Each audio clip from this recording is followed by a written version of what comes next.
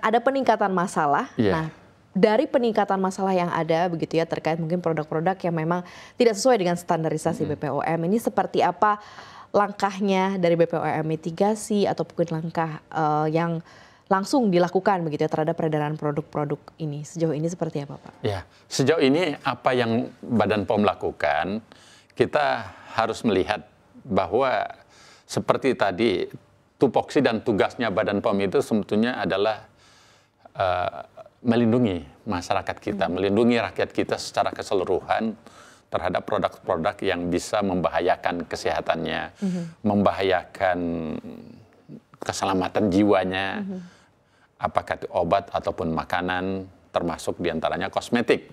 Nah, kita bicara tentang kosmetik. Memang kelihatan tren peningkatan masalah yang berjalan di dunia maya atau di dunia online, ya, digital, ya. Itu luar biasa peningkatannya. Dan tentu ini kita perlu cegah. Selama ini Badan POM berupaya untuk melakukan tindak pencegahan dan kita punya Direktorat Cegah Tangkal. Nah, apa-apa yang kita lakukan? Tentu yang paling penting adalah bagaimana mengedukasi masyarakat kita ini untuk cerdas memilih produk. Itu yang paling penting. Sebab kan apakah itu secara ekonomi selalu ada kan antara demand atau yang membutuhkan dengan supply-nya. Nah, taruhlah misalnya peningkatan tindak atau pelanggaran-pelanggaran di dunia digital itu terjadi karena demand-nya atau kebutuhannya meningkat.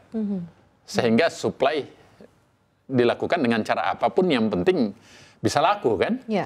Oleh karena itu demand atau masyarakat ini penting diedukasi, dia harus tahu mana produk yang aman, mana yang produk yang berkhasiat dan bermanfaat, mana produk yang kualitasnya bagus, dan mana yang berbahaya bagi dia. Oleh karena itu, langkah pertama kita selalu edukasi masyarakat kita dengan kata-kata cek. Apa yang dicek? Singkatannya klik.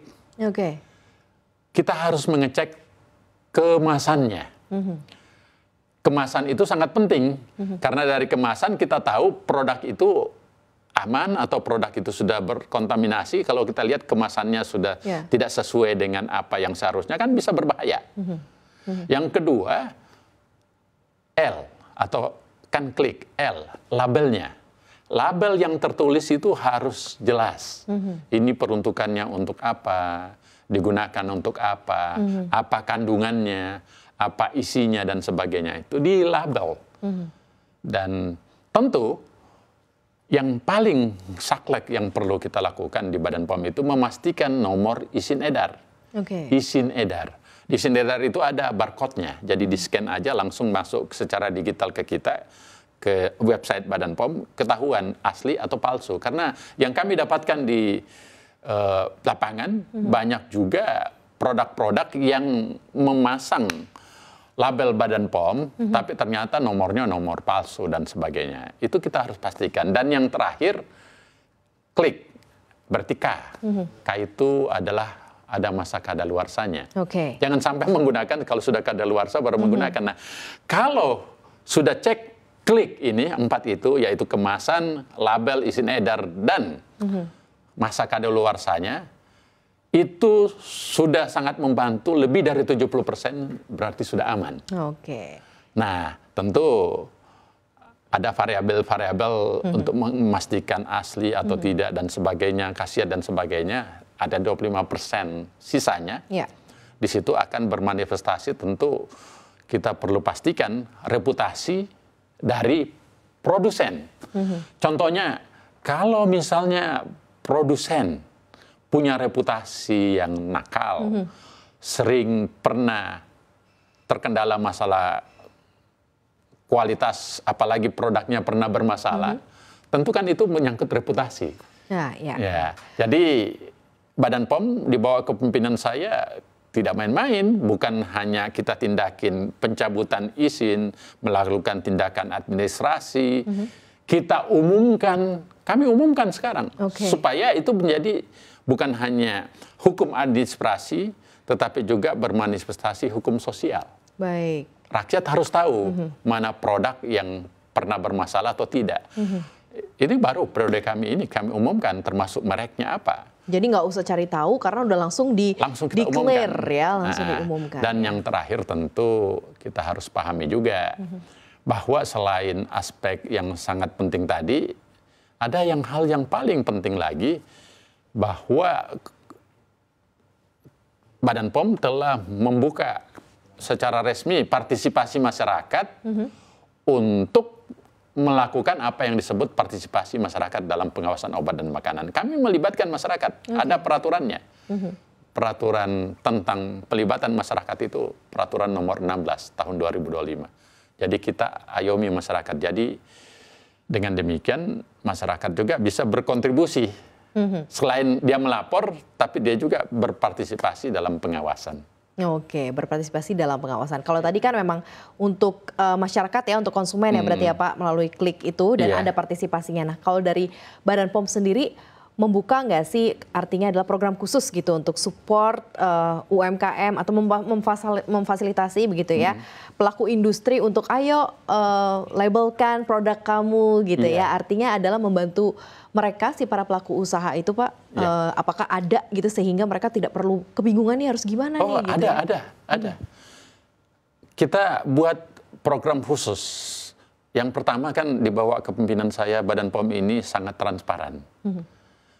Karena caranya tentu kita bersahabat dengan media, bersahabat dengan netizen, bersahabat dengan influencer, dan bersahabat dengan semuanya. Dan bahkan melibatkan mereka untuk berpartisipasi untuk pengawasan obat dan makanan. Jadi transparansi itu yang pertama. Yang kedua tentu kita punya program-program unggulan. Program unggulan yang kita maksud misalnya komunikasi, informasi, dan edukasi. Ada anggaran yang dibayarkan oleh negara dari APBN untuk itu. Kemudian ada kerjasama namanya SAPA.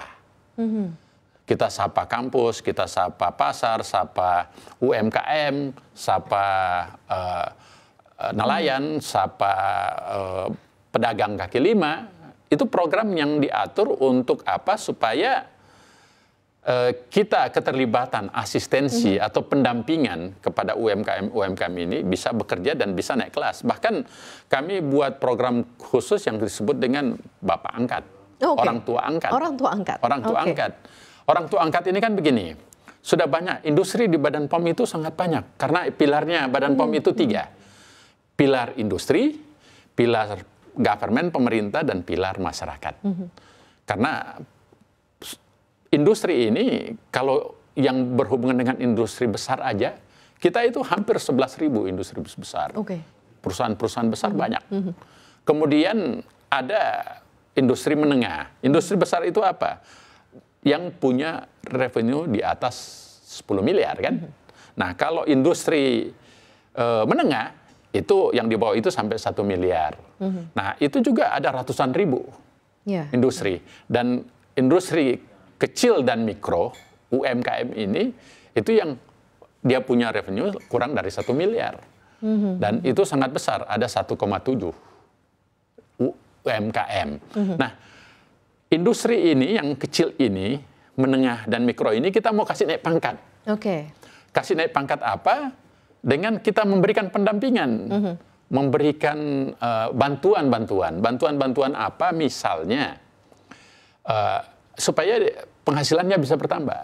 Caranya, selama ini kan yang mikro itu hanya mendapatkan namanya produk industri rumah tangga. Kalau produk industri rumah tangga nomor izin edarnya, dia cuma bisa pasarkan di sekitar rumahnya, di sekitar RT-nya, di sekitar kampungnya. Nah, tetapi kalau dia sudah dapat namanya MD, makanan domestik, misalnya ini makanan, UMKM pelaku itu, maka dia bisa memasarkan ke seluruh Indonesia, bahkan bisa mengekspor. Nah, dengan asumsi itu, dulu banyak makanan-makanan yang biasanya 1-2 hari sudah basi. Dengan menggunakan teknik yang lebih spesifik, dengan standar cara pembuatan produk pangan olahan yang baik, atau cara kosmetik yang baik, dia bisa punya masa kadaluarsa lebih lama. bisa sampai 1,5 tahun dengan proses sterilisasi. Nah, tentu usaha-usaha ini kan bisa dia pasarkan ke berbagai ini karena tidak basi kan, dan bisa berdampak kepada terbuka lapangan kerja, dia menghasilkan penghasilan yang lebih besar karena pangsa pasarnya lebih luas. Dan kita punya targetkan beberapa ribu UMKM ini bisa naik kelas. Betul. Naik kelasnya, jadi dia bisa punya keuntungan minimal dari kecil dan mikro jadi menengah. Kalau dia naik lebih dari 1 miliar, dia punya, ini kan lumayan. Benar. Berdampak kepada seluruh produk nasional kita. Iya, jadi multiplier effect ya, kemana-mana ya Pak. Iya, dan itu sudah kita lakukan. Kita sekarang lagi gencar-gencarnya. Baik, satu pesan nih Pak untuk para pelaku usaha atau untuk para pelaku industri khususnya di kecantikan nih Pak ya. Kecantikan. Atau FMCG di Indonesia khususnya kecantikan ini agar mereka tetap bisa jadi pemain utama begitu ya, khususnya di pasar kita gitu ya, dan mungkin bahkan bisa membuka kesempatan juga untuk bisa merambah pasar mancanegara nih Pak Taruna. Satu, saya selalu bahasakan kepada seluruh pelaku pasar dan semua hal ya, apalagi kosmetik. Kita harus menjadi raja di negeri sendiri dan menjadi tamu terhormat di negeri orang. Dan itu untuk menjadi pemain seperti itu, yang paling penting adalah kualitas produknya. Karena kalau kualitasnya bagus, maka tentu bisa menghasilkan produk yang punya efek kemanfaatan yang lebih tepat. Contoh kosmetik yang kalau kita umpamakan supaya menjadi pemutih, ya tentu bagaimana dampaknya bisa menjadi lebih fresh. Ya itu kan kualitas. Dan tentu kualitas ini selain sangat penting, kualitasnya itu dijamin oleh cara pembuatan kosmetik yang baik. Jadi pabriknya, produsennya, cara membuatnya dan sebagainya. Disitulah peran Badan POM mendampingi pelaku industri ini supaya dia bisa sesuai dengan standar. Standar kualitas, standar keamanan, standar kemanfaatan. Dan kalau itu bisa melahirkan reputasi. Karena pasar, rakyat, masyarakat, jangankan masyarakat nasional ya, atau masyarakat sekampung kita, masyarakat dunia. Tetangga kita saja, kalau dia lihat sebuah produk dengan reputasi yang bagus, punya efek yang bagus, pasti dia ambil, dia beli. Kan begitu. Jadi Badan POM tanggung jawabnya memberikan jaminan, dan supaya ini terjamin, kita mendampingi, memberikan asistensi kepada para pelaku usaha, terus dan mengawalnya. Terus bersama dengan para pelaku usaha Pak, untuk tetap komitmen juga begitu ya di sana untuk dapat sertifikasi juga, dapat cap dari BPOM sendiri ya.